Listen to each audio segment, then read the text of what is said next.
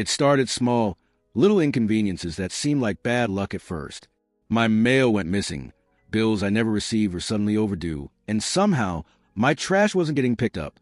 I called the city, and they claimed my service had been canceled. By who? They couldn't tell me. I certainly hadn't done it. Then came the utilities.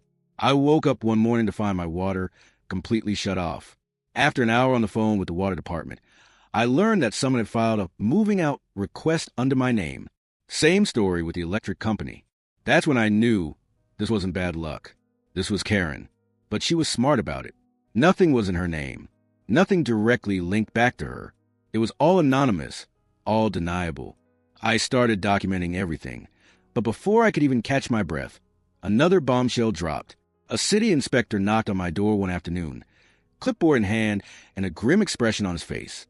"Sir," he said, adjusting his glasses, "we received multiple complaints about your property being in violation of municipal code." I stared at him. "Excuse me?" He flipped through his papers. Anonymous reports, claims of structural issues, improper drainage, and potential fire hazards. I exhaled slowly.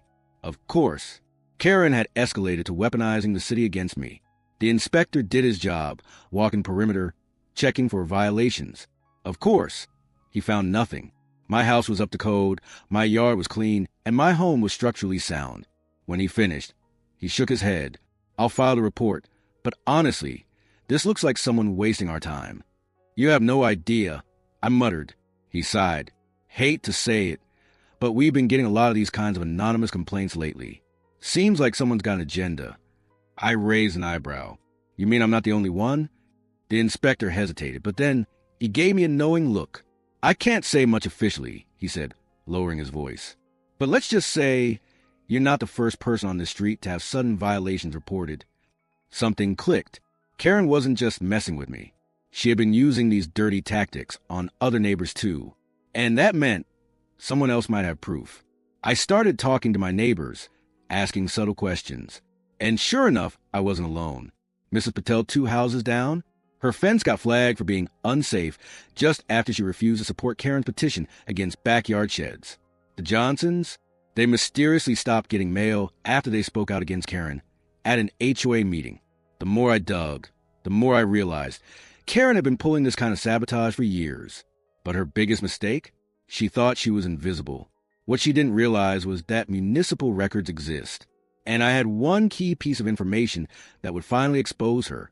I remembered that when my utilities were shut off, I had received confirmation emails about the requested changes. And those emails, they had an IP address attached. I contacted my service providers, and after some pushing and the mention of a possible fraud claim, they confirmed it. The cancellation requests all came from the same IP address. And that IP, it was traced back to Karen's house. This was no longer just a petty neighbor dispute. This was criminal. She had committed fraud in my name. She had tampered with city services. She had impersonated me on legal records. And now, I had the proof to take her down. But I wasn't going to do it alone. Because the moment I showed my neighbors the evidence, they wanted in. Karen had been screwing people over for years. But this time, she was finally caught. And we weren't just going to stop her. We were going to end her reign of terror for good. If Karen thought she was untouchable, she was about to learn otherwise. With hard evidence in hand and half the neighborhood ready to back me up, it was time to bring the hammer down. The first strike? A lawsuit. I filed for identity fraud, mail tampering, and falsifying municipal records. These weren't minor infractions. They were crimes. Real, punishable offenses that carried actual legal consequences. The moment the court papers were delivered to her doorstep, Karen lost it. She stormed into the HOA office, demanding to know how I dared to sue her. But this wasn't an HOA issue anymore. This was legal. This was out of her control. And for the first time, Karen had no power over the situation. But it got worse for her. See, while I was handling the legal battle, the neighborhood was handling the social one. Karen had spent years bullying, manipulating, and abusing the HOA to get what she wanted. But once people saw the proof of her sabotage, something incredible happened. The neighborhood turned against her. No more polite waves. No more pretending to tolerate her. Suddenly, Karen was a pariah. Neighbors refused to speak to her. People she used to manipulate in the HOA, they started ignoring her complaints. But the real kicker?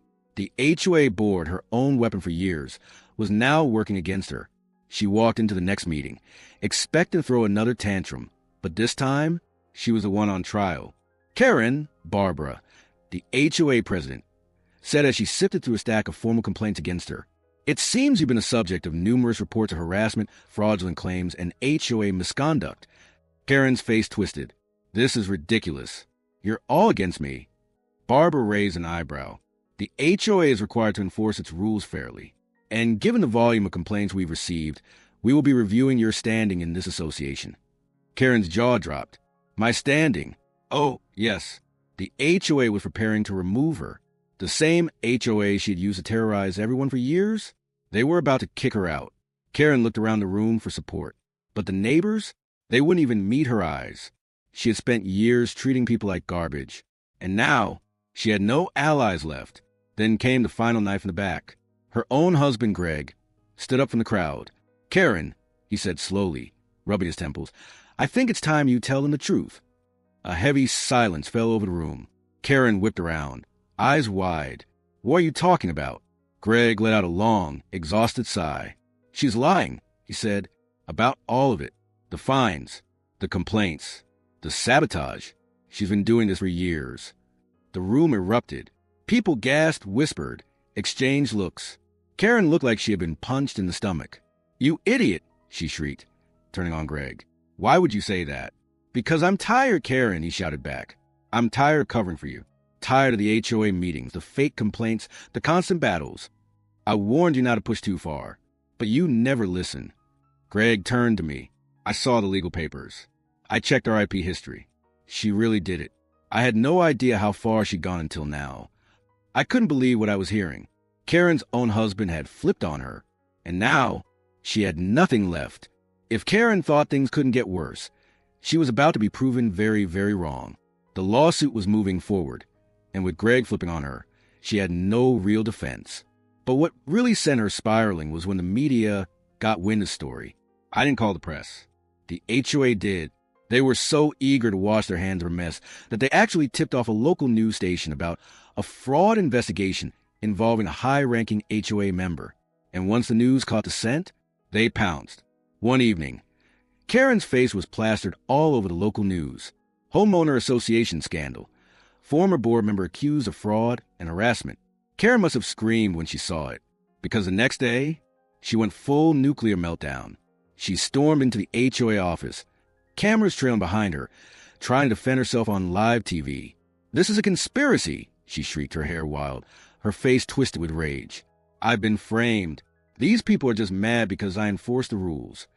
The HOA president, Barbara, was stone-cold brutal. "Karen," she said, barely looking up from her paperwork, "you are no longer part of the HOA. Please leave." That's right. She had been officially voted out. And now, she wasn't just powerless. She was a joke. The best part? The footage of her meltdown went viral. Suddenly, Karen wasn't just a neighborhood menace. She was an internet laughingstock. People mocked her fake sobbing, turned her rant into memes, and remixed her tantrum into dance videos. She had spent years trying to control everyone, trying to ruin lives through bureaucracy and manipulation. And now, she was a town embarrassment. But justice wasn't done yet. Her trial went as expected. She pleaded not guilty to everything, but the evidence was undeniable.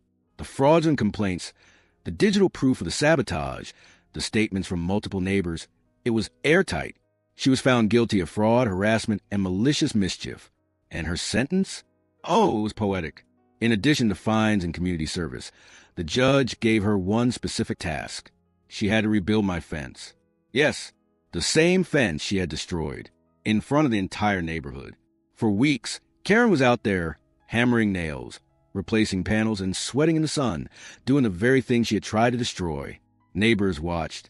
Some recorded. Some offered popcorn. And me? I just smiled, because for the first time in her life, Karen couldn't bend the rules. She couldn't lie her way out. She couldn't manipulate anyone. She had to face real consequences. And that was worth every headache she had ever caused. Final epilogue. Karen never regained her status in the neighborhood. She was forced to sell her house, too humiliated to stay. The HOA, now free from her influence, became a much better place. The neighborhood thrived without her, and my fence, it stood taller and stronger than ever, a permanent reminder that sometimes the worst bullies fall the hardest, and when they do, you make them build their own downfall.